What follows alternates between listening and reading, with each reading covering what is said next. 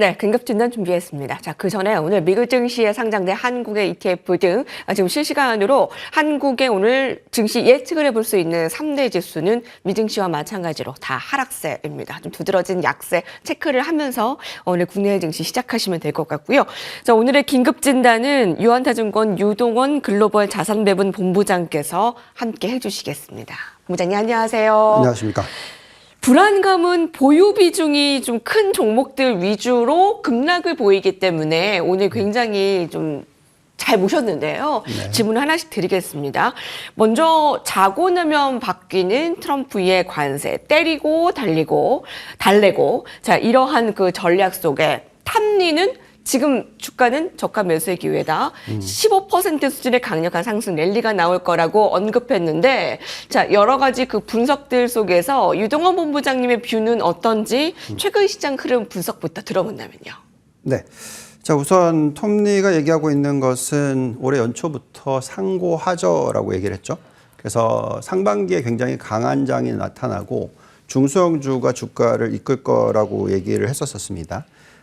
그렇지만 지금 시장이 흘러가는 모습은 오히려 중소형주는 큰 폭의 하락, 연초 대비해서 거의 10% 가까이 하락하는 모습 보여주고 있고, 전체적인 지수 자체도 S&P 500이 거의 이제는 마이너스 수준으로 돌아섰습니다. 우리가 계속 말씀드렸던 부분은 아무래도 이 소프트 데이터, 즉 센티먼트 지표, 심리가 계속해서 관세 때문에 영향을 받을 것이기 때문에 상중하고의 모습이 될 거다라고 우리는 얘기를 했거든요. 즉 상반기는 그렇게 뭐 수익률이 안 나는 그런 부분이 될 거다라고 예측을 했습니다. 결국 지금 현재 그런 모습이 나오고 있는데요. 그걸 어떻게 알 수 있냐면 지금 우리가 보고 있는 실적들의 숫자들은 너무나 좋게 나오고 있어요. 4, 4분기 실적이 굉장히 좋게 나오고 있고 또 생산성 지표도 굉장히 좋게 나오고 있습니다. 그런데도 불구하고 지금 계속해서 큰 폭의 하락이 일어나고 있고 특히 기업 실적, 뭐 우리 다 아는 내용이었지만 엔비디아 실적 워낙 좋게 나왔지 않습니까? 근데 자꾸 악재만 들여다보는 그런 모습이 나오고 있어요. 그렇다 보니까 지금 변동성이 일어나고 있다라고 말씀을 드리겠습니다. 근데 지금 톰리가 얘기하는 것 중에서 3월, 5월에서 최대 15% 강세장이 연출될 수도 있다 이런 얘기를 합니다. 이 부분에 있어서는 저도 동의를 하는 부분인데요. 계속 말씀을 드렸습니다만 상반기가 상중 정도 될 것 같다. 즉 수익률이 보합 정도 될 것 같다. 근데 지금 어떻게 돼 있나요? S&P 500도 마이너스, 네.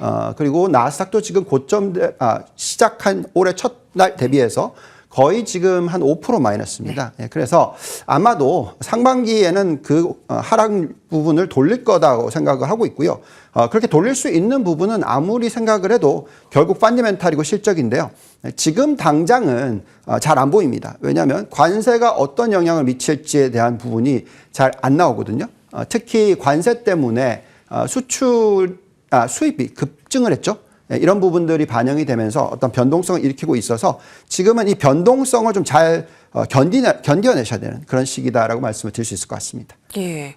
상중하고로 좀 예측을 하시네요. 일단 그 미증시의 전반적인 가이드라인 잡고 시작을 해볼게요. 그 K 반도체에 대한 그 우려감이 커지는 게 트럼프 대통령이 반도체법 끔찍하다. 칩스법에 대한 수정을 크게 하겠다라는 얘기를 한 이후에 국내 반도체 투톱의 영향이 궁금한데 어떻습니까? 네. 자, 우선 한국 기업들이 지금 예측되고 있는 부분을 말씀을 드리면 삼성전자 같은 경우에 미국 텍사스주에 370억 달러, 그리고 보조금은 약 한 12.8% 정도를 받을 그런 부분이 있죠. 또 SK 하이닉스도 38억 7천만 달러를 투입을 해서 지금 인디애나주에 생산시설을 건설한다라는 얘기가 있고 보조금을 받기로 되어 있습니다. 근데 만약에 이걸 갖다가 완전히 없애버리면 네. 예, 우리는 생산만 하고 보조금은 못 받고 그건 말이 안 되죠. 네, 그래서 수조원 쓰고 보조금은 못 받고 그렇죠. 말이 안 되죠. 예, 그거는 말이 안 되기 때문에 그렇게는 못 할 겁니다. 예, 그래서 우리 정부가 잘 대응을 해야 될 부분이고 결국은 지금 미국의 입장에서는 반도체 산업을 계속해서 키우려고 하고 있습니다. 대부분의 기업들이 적극적으로 설비 투자를 늘리고 있단 말이죠. 그래서 이 시장은 상당히 많이 커질 거다라고 예측을 하고 있고 결국 미국 S&P 500 기업들에 큰 영향을 미칠 거다라고 생각하고 있고 이익이 많이 늘어날 거다라고 생각합니다. 그래서 무조건 한국에 대해서 어떤 이 부정적인 요소로만 작용하지는 않을 것 같고요. 자, 여기에 지금 올라오고 있는 부분은 미국 기업들의 실적 전망입니다. 보시면은 2024년이 10% 이익 증가율인데 2025년 전망치가 12.1%이고 2026년은 14%나 되죠. 지금 현재 오늘 아침에 빠진 걸로 계산하면 이제 PER이 20배 근처까지 내려오는 것 같습니다. 21배 밑으로 떨어지는 것 같습니다. 그렇기 때문에 이런 부분은 이제는 좀 거의 악재가 다 반영돼 있다 정도까지 생각할 수가 있겠고요. 더 중요한 부분은 이렇게 이익이 올라가는 이유가 지금 S&P 500의 이 전반적인 순이익률의 추세를 보시면 저기 고드먼삭스가 증했던 것처럼 급격하게 올라가고 있는 부분이 나오고 있습니다. 자, 이런 부분이 왜 그런 현상이 나오고 있냐면 지금 생산성 지표도 4, 4분기 예상치보다 좀 실질적으로 더 높게 나오고 있거든요. 4, 4분기가 1.5% 전년 동기 대비해서 상승률, 원래 예상치가 1.2%였는데 더 높게 나오고 있습니다. 비용 증가가 생각보다 더 많지 않다라는 얘기고요. 자, 이런 부분이 결국은 AI 어답테이션이라고 해서 AI의 활용률이 상당히 빨라지고 있다라는 부분에 대해서 좀 말씀을 드릴 수 있을 것 같아요. 그래서 지금 대부분의 기업들이 적극적으로 AI 투자를 하고 있고 이를 이용을 해서 서비스가 나오고 있고 여기에 따라서 지금 생산성이 높아지고 있고 이런 부분들 다 감안했었을 때 지금은 어떤 펀더멘탈적인 숫자보다는 센티먼트 가지고 시장을 밀고 있다. 그만큼 하락률을 크게 만들고 있지만 결국 나중에는 실적을 쫓아가게 돼 있습니다. 예. 그래서 이런 불안감 속에서 우리는 기회를 찾아봐야 된다라고 말씀을 드릴 수 있을 것 같습니다. 예. 자, 먼저 답변을 좀 듣고 그 다음 질문을 드리는 것 같은 느낌은 드는데 네. 사실 오늘 그 업종 하락률 봤을 때 3대 지수 가운데 나스닥의 하락이 뭐 무려 3%까지 이제 폭락이 나오기도 했고 필라델피아 반도체 지수가 뭐 4%의 급락까지 엔비디아, 아마존, 테슬라의 주가 하락을 보고 좀 놀라셨을 겁니다. 오늘 아침에. 자, 여러 가지를 감안하더라도 AI의 하락이 심하다는 생각이 좀 드는데요. 네, 미증시에서 그간 상승 동력이 있었기 때문에 궁금증은 더 크고요. 오늘 아침에 이런 질문들이 있었어요. 미국이 장려하는 AI는 왜 이렇게 요새 좀 힘들어 보이죠? 그리고 AI의 패권이 중국으로 가는 건가요? 뭐 이렇게 질문으로요. 자, 그래서 좀 어떻게 활력소가 다시 될지 궁금합니다. 네. 브로드컴 실적 가지고 말씀을 좀 드려볼까요? 네. 예. 자, 실적 발표됐죠? 내용을 보시면은 상당히 좋습니다. 그렇죠? 브로드컴의 실적이 지금 가이던스도 147.3억 달러를 예상했는데 149억 달러가 나오고 있고요. 실질적인 실적 자체도 EPS가 1.6달러, 예상치가 1.51이었으니까 훨씬 높고요.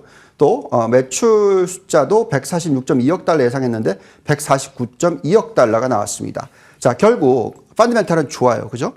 가이던스도 좋습니다. 그리고 전체적으로 모든 기업들이 지금 실적이 굉장히 좋게 나오고 있는데 오늘 거의 20% 하락한 마벨도 마찬가지입니다.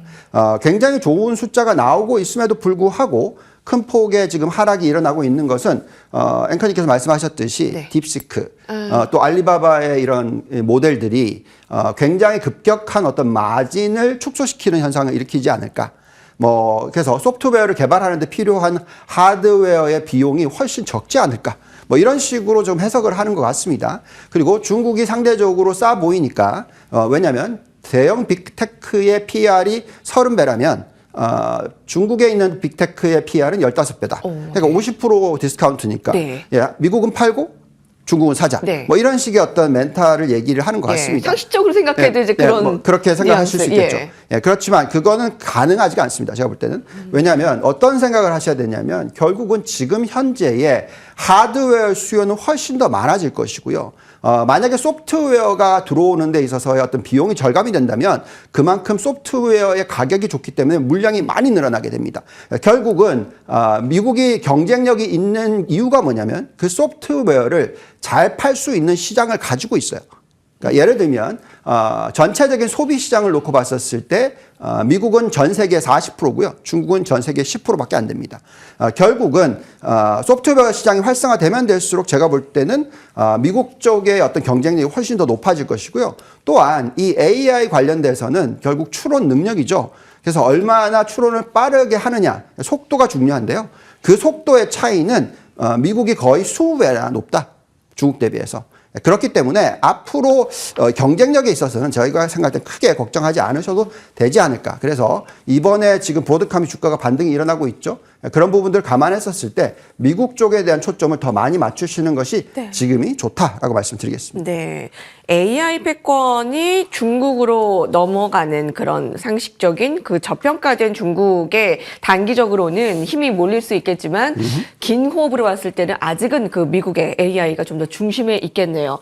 사실 자고 나면 바뀌는 이 트럼프 관세의 이 불확실성도 불확실성이지만 개인의 소비 위축으로 이어지고 또 기업 투자까지 연기되고 또 이제 고용까지 줄어들고 이런 우려감이 좀 있을 것 같은데 오늘 밤에 이제 고용 보고서가 나오는 부분까지 체크를 해주시면서 네. 대응 전략 좀 보수적일까요? 아니면 어떻게 좀 적극적으로 나서야 될까요? 네, 불안하게 만듭니다. 왜냐하면 미 연준이 발표하는 내용도 그렇고 숫자가 나오는 것도 그렇고 그래서 지금 연준 나우, 그러니까 아틀란타 연준에서 나온 나우를 보시면 GDP 나우가 마이너스 2.8%까지 나왔단 말이죠. 그러니까 그걸 보고 있으면 진짜 고용이 안 좋아지고 이게 경기 침체로 넘어갈 것이 아닌가라는 두려움을 굉장히 자극을 많이 합니다.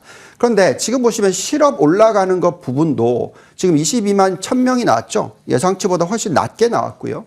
실질적으로 실업이 늘어나는 부분이 지금 더지라고 해서 지금 일론 머스크가 공무원들을 많이 자르고 있잖아요. 이런 부분에 대해서 심리적인 부분도 또 있습니다. 그래서 여러 가지 부분들이 지금 복합적으로 작용하고 있고 특히 GDP가 안 좋게 나왔던 이유는 무역 적자 폭이 굉장히 커졌어요. 그 이유는 관세가 들어올 거니까 수입을 미리 땡겼단 말이죠. 그러면서 엄청나게 적자가 나왔지만 그거는 장기적으로 봤을 땐 그렇게는 안 될 것 같습니다. 그래서 결국은 펀더멘탈이 중요한데 지금 펀더멘탈적으로 놓고 봤었을 때는 너무 비관론이 강해요. 그리고 지금 긍정론은 거의 사라졌습니다. 그래서 지금 현재 이런 상황이면 앞으로 6개월 안에 미국 증시가 10%가 아닌 20% 가까이 급등할 수 있는 환경도 될 수가 있어요. 그래요? 과거의 예로 봤었을 때 그런 모습이 나올 수가 있다라는 부분입니다. 즉 지금 비관론이 60%고 긍정론이 20% 미만인 그런 상황에서의 보통 그 이후에 3개월, 6개월, 12개월의 주가 흐름은 좋을 거다라고 말씀을 드리겠고요. 네. 그렇기 때문에 지금은 계속해서 적극적으로 IT 업종과 AI 관련주들에서 생산성이 높아지는 쪽에 초점을 맞추시는 전략이 네. 좋겠다는 말씀을 드리겠습니다. 예, 감사합니다. 오늘 말씀 감사드리고요. 여기까지 같이 인사드릴게요.